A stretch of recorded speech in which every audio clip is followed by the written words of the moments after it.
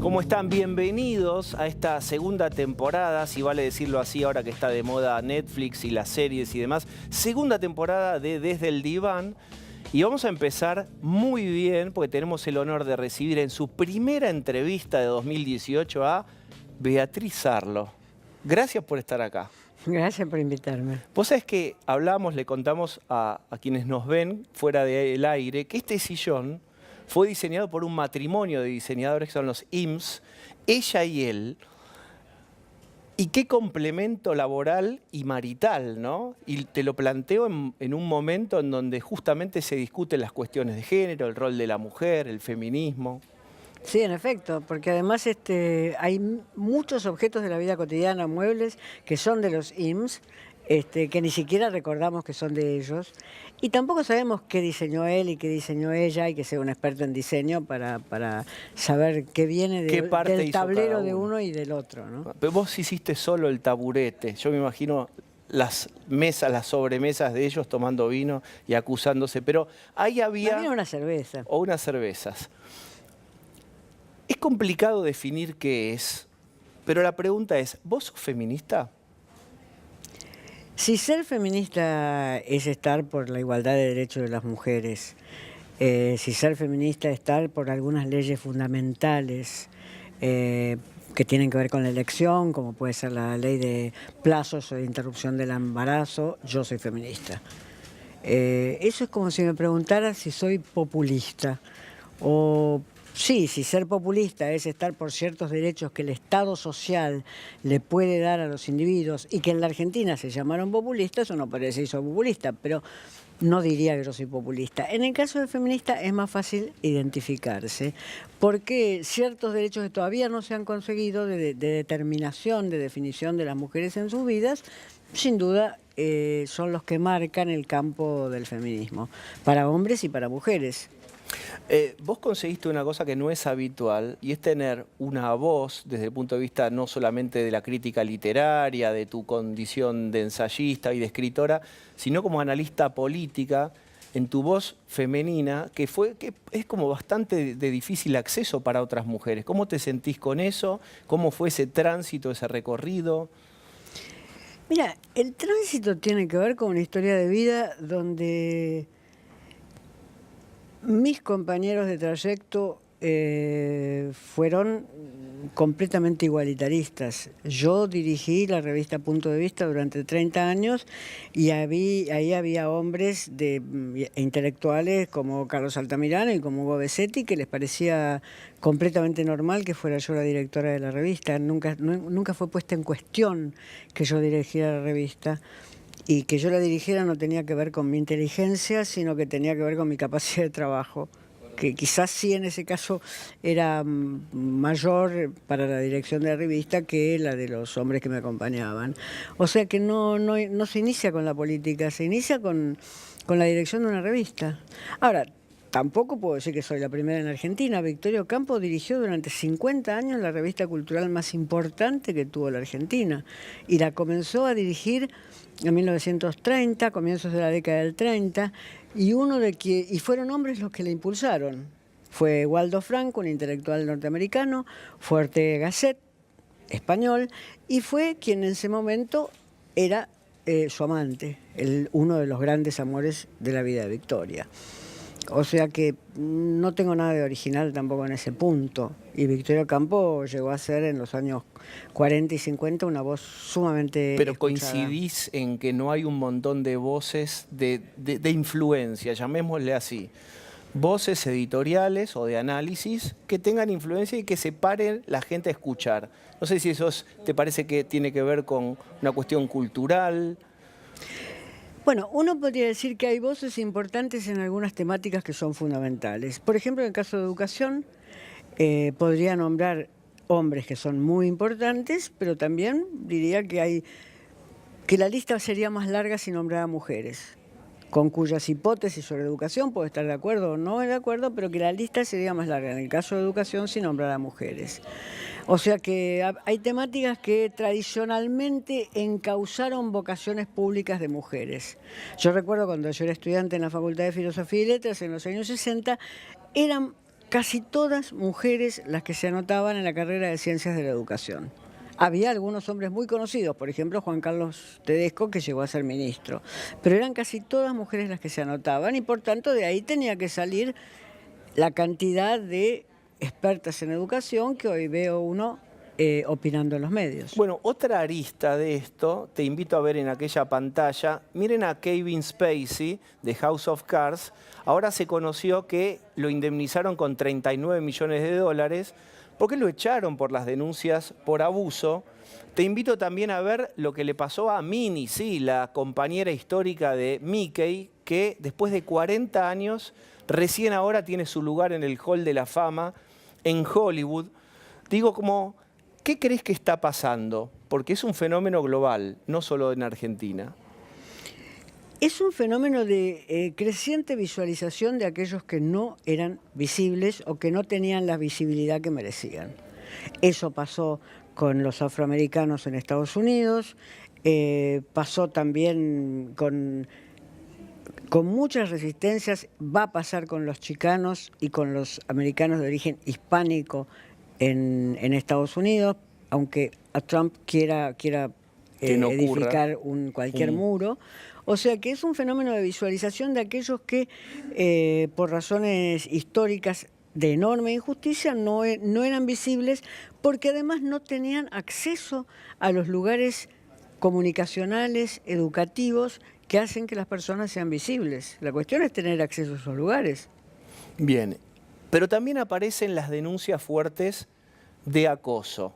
Sabés que en todos los ámbitos hay, suponete, te voy a leer una frase fuertísima, sale un artículo en New York Times, Stephen March, que es un escritor canadiense, incluso habla de la naturaleza brutal de la libido masculina. Hay como toda una cosa más fuerte con respecto a la sexualidad masculina y a la libido masculina. Bueno, esa frase me parece lamentable. Es como si yo dijera de la naturaleza pasiva de la libido femenina. Esa frase, la naturaleza brutal de la libido masculina, merece del otro lado que alguien diga y hablemos de la naturaleza pasiva de la libido femenina. Me parece o de la naturaleza histérica de la libido femenina. Me parece una frase lamentable. Creo que ni los individuos ni los grupos pueden ser clasificados de una manera tan esencialista. Ahora, sin duda va a haber reacciones, porque también es probable que del campo en el cual uno encuentra mayores necesidades de derechos haya exageraciones o reacciones que parezcan hiperbólicas, sin duda. ¿Vos creés que puede haber ahora cierta reacción hiperbólica con respecto a lo que puede ocurrir en la interacción entre un hombre y una mujer? Estoy siendo elegante en cómo te lo planteo. Yo no diría en eso, no me podría pronunciar. Lo que yo creo es que se está produciendo una especie de hipérbole de la denuncia que toca un campo y que no toca otros campos. Es decir, no hay nadie que haya salido a denunciar las condiciones de las empleadas domésticas. En Perú, el 34% de las empleadas domésticas, según encuestas que he mirado últimamente, sirven de iniciación sexual de los jóvenes de la familia. Un tercio sirven para eso. Un tercio sirve para eso.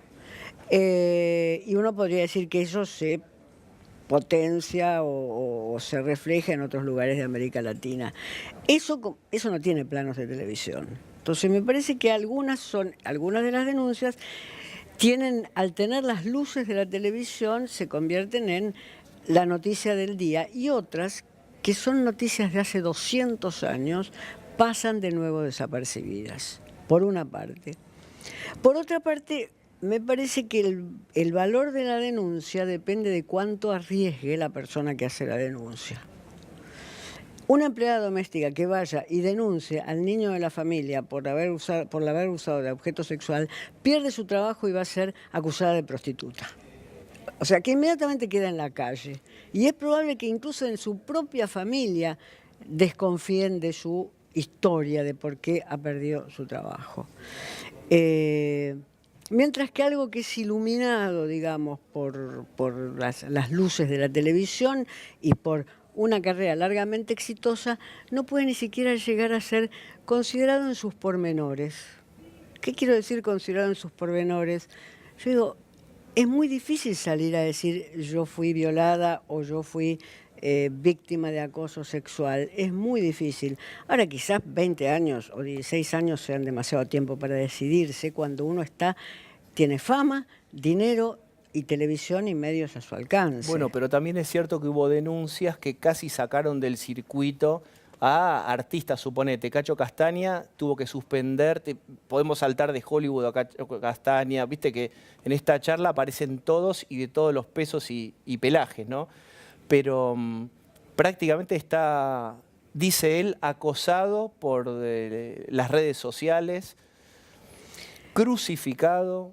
Sí, la palabra acosado Bueno, ahora va a empezar a usarse como si fuera una pelota de tenis que va y viene por encima de la red, digamos, va a empezar a usarse así.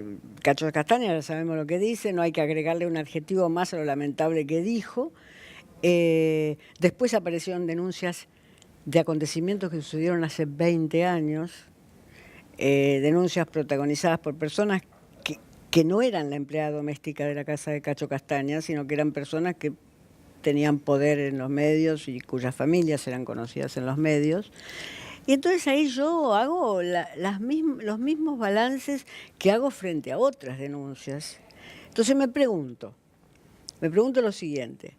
¿Quién garantizaba la vida de las madres de Plaza de Mayo cuando salieron en junio a dar vuelta alrededor del obelisco?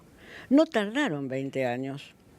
Y lo que podían perder no era una carrera, lo que podían perder era la vida directamente.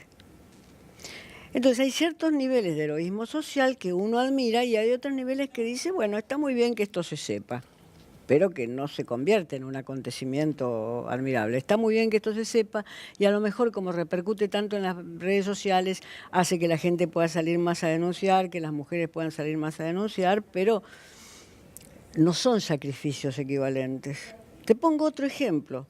La carrera que arriesgaron todos los y las ayudantes universitarias en 1966 y en 1976 cuando dejaron la universidad. Algunos 20 años después pudieron retomar esa carrera y otros no. Entonces, cuando se habla de que no pusieron en riesgo su carrera o pusieron en riesgo esa carrera, yo tengo también ejemplos de gente que la puso en riesgo porque pensó que ese era su deber moral. Ahora, cuando uno piensa que algo es su deber moral, en ese caso uno tiene derecho a pedir deberes morales en los demás, seguro. ¿Debieron haber denunciado antes, en aquel tiempo? Yo no digo qué debió hacer la gente, yo no digo qué debe hacer una víctima. Simplemente digo qué hicieron otras víctimas para poder tener un panorama de cómo se reacciona frente a una ofensa. Yo no digo qué debe hacer la víctima, de ningún modo. No podría decir, la madre de fulano que es desaparecido no marchó en Plaza de Mayo. ¿Cómo voy a decir esa barbaridad? Bien. Es un tema fuerte, ¿eh? Es un tema fuerte. Incluso quiero mostrarte lo último, que está representado. Jorge Asís viajó a Francia y escribió eso. Europa, extinción casi total de la galantería, advertencia. Cualquier síntoma de caballerosidad ya sorprende. Puede ser tomado como acoso o algo peor, como burla. Te comprendo, Belle de Jour Catherine, por Deneuve, ¿no? Como la muerte del galanteo. Sí. Digo, eso dice Catherine Deneuve y las otras 20 mujeres que firmaron esa carta que es interesante. Que dice, no nos reconocemos en este feminismo que incluye el odio a los hombres y a la sexualidad. Dijeron algunas intelectuales francesas. Sí, quizás incluso uno podría decir que en esa afirmación de que ese feminismo incluye el odio a los hombres y a la sexualidad, están equivocadas y exageradas. Uno no podría decir que el feminismo en su totalidad incluye ese odio, porque sería equivocado también. Lo que sí es interesante escuchar otra voz. Es decir, nunca me gustaron las parroquias. Está muy bien. Nunca me gustaron las parroquias. Entonces, cuando escucho esa voz de Catherine Deneuve, que después salieron otras 4 actrices, Juliette Binoche, y algunas otras a Gianni, a secundar esa carta, digo, mira qué interesante esto. Se puede pensar de manera articulada las cuestiones. Entonces, las parroquias no me gustan. ¿Y no tenés miedo que en redes sociales cierta policía del pensamiento te condene por no ser más taxativa y condenatoria de algunos hechos? En las redes sociales se dice cualquier cosa de mí. En principio me tengo que callar porque soy una vieja estúpida. O sea que el primer rasgo machista es el de las redes sociales. Muchas veces con alias Femeninos. femeninos, pero no digo que sean mujeres, sino con alguien que quiere tomar esa perspectiva. O sea que en redes sociales se dice cualquier ¿Cuánto te cosa. afecta los ataques a vos, a tu persona, en redes sociales? Nada, muy poco. Bien. Hace unos años te definías como la anti-kirchnerista que los kirchneristas aman odiar. ¿Cómo te definís hoy? Que sos crítica de Macri. No creo que exista para el macrismo. No creo que exista. Con el kirchnerismo... ¿Vos no creés vos yo no existir en la existo. consideración del macrismo? No. Digo, para algún funcionario macrista que conozco hace muchísimos años, seguramente existo. Para algún miembro del político a los quienes conozco hace muchos años, seguramente existo, pero no existo para el macrismo. ¿Qué quiere decir no existir? No existo, no entro dentro del horizonte de discursos que deben ser considerados. Los discursos que deben ser considerados son otros. ¿Y cómo te sentís con eso? No me importa. No me importa, no es una cosa que... ¿Cómo crees que te ven? De ningún modo. No soy visible en ese horizonte.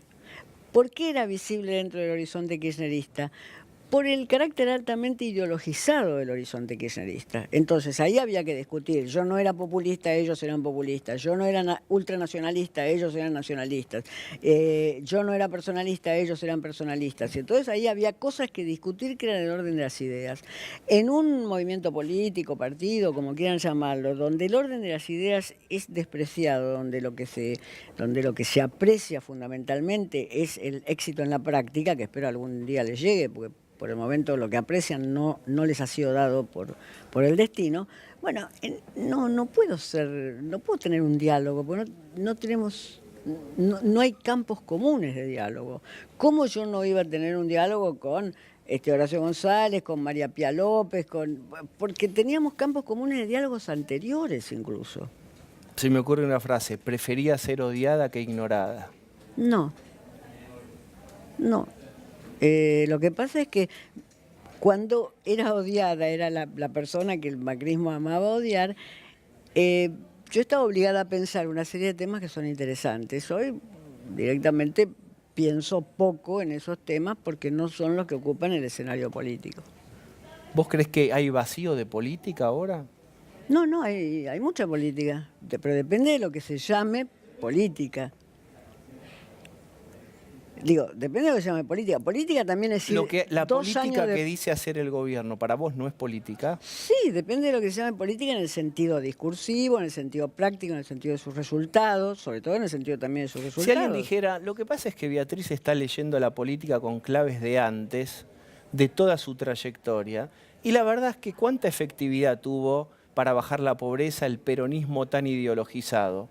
O los partidos de izquierda, déjennos hacer. Te estoy suponiendo Bueno, sería un ignorante sobre los orígenes del estado de bienestar a la criolla que existe en Argentina, que no son con el kirchnerismo, sino que son con el gobierno peronista iniciado en 1945, el que dijera eso. Perón no era una persona desideologizada en absoluto, no era de izquierda, pero tenía una serie de formas de pensamiento que son las de la posguerra. Y la de la posguerra, que es la que llevó a los estados de bienestar en todo el mundo, lo que en Francia y en Alemania se llaman los 30 gloriosos, los 30 años gloriosos para los estados de bienestar. Entonces, la persona que dijera eso, primero ignoraría el pasado, pero quizás esa persona me diría, no me interesa el pasado. Y si te dijeran eso, Beatriz, estamos con algo nuevo. No es los grandes significantes, la patria, el pueblo, la soberanía. Es algo más concreto, como dicen ahora, el metro cuadrado que le afecta a la gente, las cloacas, la luz, mejorar la infraestructura. Está bien. Yo digo, si les parece, lo único, entonces, hace 2 años Macri estuvo en Davos, dijo que iban a caer más plata que en la cueva de Alibaba. No vino esa plata. Ahora vuelve a Davos, hace el mismo discurso. Lo único que en algún Davos del 2030 que la política demuestre que cuando dice que van a venir las inversiones, vienen las inversiones. Que cuando Macri está 15 minutos con Merkel, como estuvo en este Davos, bueno, algo pasa en nuestras relaciones con Alemania, que es una de las grandes naciones del mundo y la líder de Europa. Bueno, voy a medirlos por los resultados. Adivino enorme escepticismo en esa mirada. No, yo no tengo escepticismo, son ellos los que generan el escepticismo. Recuerdo que seguí toda la agenda de Macri de Davos del 2016, porque estaba escribiendo notas en Perfil en ese momento, y sigo la agenda ahora, aunque no escriba ninguna nota. La agenda es más o menos la misma. Macri, Trudeau estaba también en Davos, los diarios argentinos se esforzaban en decir que Macri y Trudeau eran lo mismo, lo cual es completamente disparatado. No hay el primer ministro de un país como Canadá que sea lo mismo que el presidente de un país como la Argentina. Es un acto de nacionalismo disparatado, propagandístico.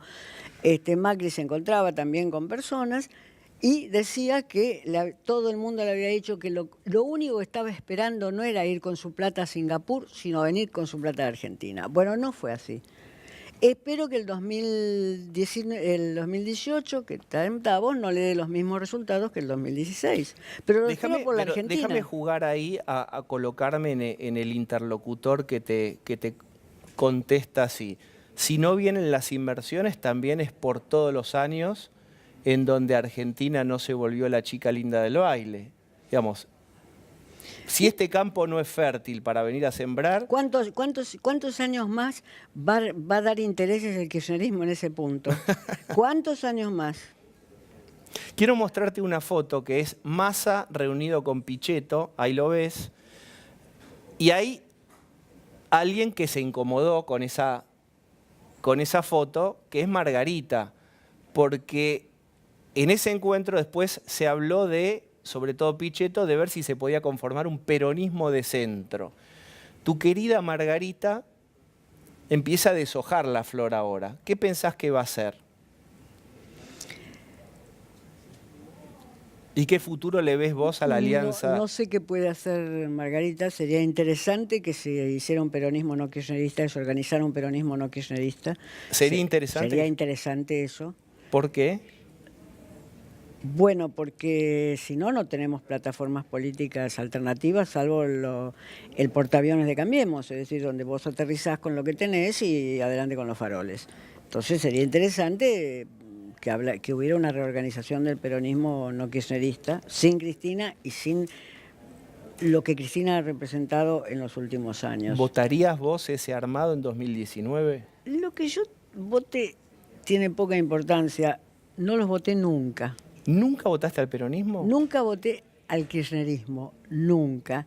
Y al peronismo no lo voté en marzo del 73, donde todo el mundo se metía adentro del sobre con la boleta de Cámpora.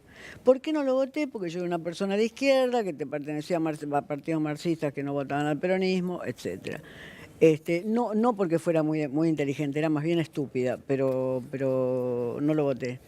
Pero además, si lo hubiera votado, no tendría inconveniente en decir que había votado a Cámpora. No, pero para adelante, si votarías, si te parece más apetecible políticamente un peronismo no kirchnerista que votar a Cambiemos nuevamente, sea Macri o Vidal. A ver, ¿por qué no pensamos que, dado que todo el mundo habla, desde Kirchner hasta estos que gobiernan ahora, hablan de que la Argentina tiene que parecerse a los países normales, digamos, ¿por qué no pensamos que uno es libre en cada uno de los momentos del voto? Que ya el destino de la patria no es como si se atravesara la cordillera de los Andes en cada elección. ¿Por qué no pensamos que yo puedo votar en la elección pasada de legisladores? Voté a Ramal, del PO. Como hacen tantos intelectuales europeos que conozco, que un día dicen, no voy a votar a este candidato socialdemócrata, no voy a votar a este candidato social cristiano, voy a votar a este candidato que por lo menos me va a garantizar que va a votar a favor de esta ley que a mí me interesa que salga. Para vos ¿Por qué no empezamos a pensar eso? Porque la próxima vez que se vote en la ciudad, se va a votar jefe de gobierno de la ciudad. Por cierto, no lo voy a votar a Rodríguez Larreta. Entonces, si aparecen otros candidatos, sean peronistas o no peronistas, yo creo que en Buenos Aires no van a aparecer candidatos peronistas, pero pueden aparecer otros candidatos de origen no peronista, si los dejan. ¿Lustó, por ejemplo? Sí, si Macri no lo manda de embajador a Júpiter, y Lustó comete el error de aceptar la embajada en Júpiter. Bueno, uno puede tener otras opciones. Bien. ¿Por qué no? No, pero absolutamente. ¿Y Margarita? Margarita, en la hipótesis de que el peronismo logre un sistema de pactos internos que excluya al kirchnerismo, ella puede ser un interlocutor exterior a ese sistema de pactos, pero un interlocutor importante porque ella ya ha hecho una experiencia con Massa en la provincia de Buenos Aires. O sea, puede ser un interlocutor importante. Alguien que parecía que nunca iba a hacer una experiencia en relación con alguien de origen peronista, la realizó. Entonces puede ser un interlocutor importante. El destino de todas maneras no lo tiene garantizado nada, pero puede ser interesante. Un pequeño partido muy institucionalista, muy constitucionalista en una provincia que tiene como el destino de ser gobernada por el populismo, sea populismo macrista o populismo peronista.